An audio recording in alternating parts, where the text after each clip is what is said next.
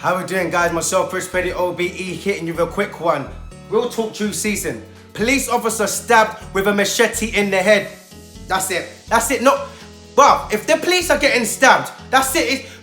What chance has anybody got? It's a frenzy out there now. It's a frenzy out there now. And I keep telling everybody, just because he's a police officer doesn't mean that he's not a normal human being. Doesn't mean that he deserves to get stabbed in the head for doing a job. Because when you lot are sitting there talking about, ban the police, but you like the police, bruv, when someone robs your house, though, innit? 999. You like the police, though, when something happens on the street, you're calling 999, ambulance and emergency, though, innit? We've got to take heed on this, though, guys. Do you understand what I'm trying to say? This is a human being. This is inhumane now. We've got kids running around, guys running around with machetes, stabbing up police officers now, yeah? Raw, okay, wow. To a point it gets me even frightened, even me speaking out and saying some of the stuff that I say. Let's keep it real. What have I got a target on my head now for me trying to be an activist, for me to try and stand up and say, no, let's fight for something, guys. Let me fight for my kids. Let me say, no, do you know what? Let's do something about it. These police officers are meant to be protecting and making London a safer place, but he's getting stabbed. What happens if there's no police on the street? What happens? What happens if every police officer is right? Do you know what? Ban that. You lot deal with your own community. Who's gonna come outside? Who's gonna protect our community? Who's gonna really step up and do the work? Because no one's stepping up and doing the work right now. We blame them for not doing enough work, which they need to step up. We all know that. But at the same time, if there was nothing there, what would we do? It's frightening, guys, to know that now all of a sudden, we've even now them taking it to a point where they don't even care about the law. They don't even care about authorities when you're seeing boy them. And this back in the day, remember back in the day, you would run from boy them. As soon as you see the blue sirens, tippy toes.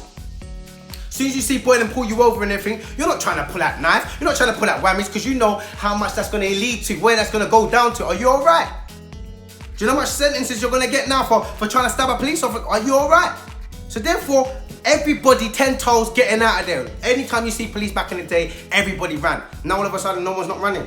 Now all of a sudden, kids are getting stabbed in broad daylight. Now all of a sudden, there's more stabbings on our streets. Summer is here, and I'm saying to you guys, we need to wake up.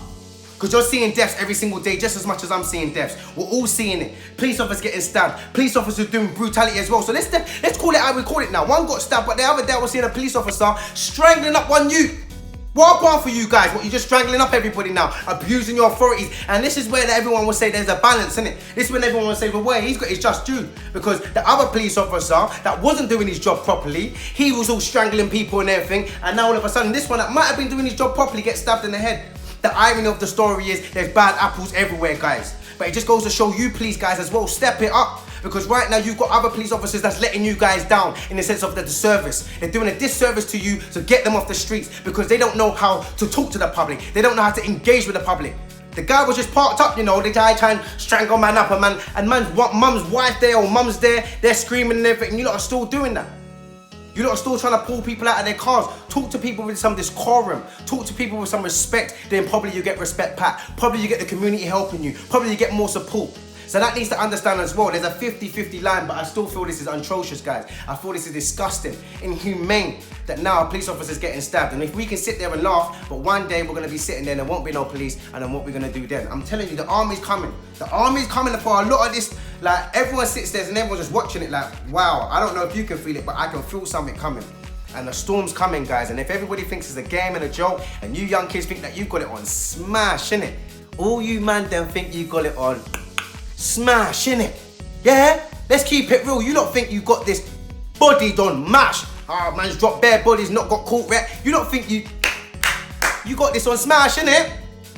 I'm telling you, you guys are gonna get a rude awakening real quick and real soon. And remember I told you that they're gonna start hitting down on us real hard. And it's not just gonna be the kids that are doing it. It's not just gonna be the young adults that's doing it. It's gonna be all of us that's gonna be affected by a minority of people that's doing something that we all get affected for. We're all living in that community. We all live in that block of council estate. But now that council estate is gonna be cast away. Now your council estate is gonna be classed as a deemed area for us not to go to. We can't keep having these areas and postcodes and you can't go here and you can't go there. But at the same time, your auntie's living in South London, but you live in North West London. You can't go to your auntie's house. Hold on a minute, your auntie lives in Hackney, but you can't go down that road to Hackney because what's going on?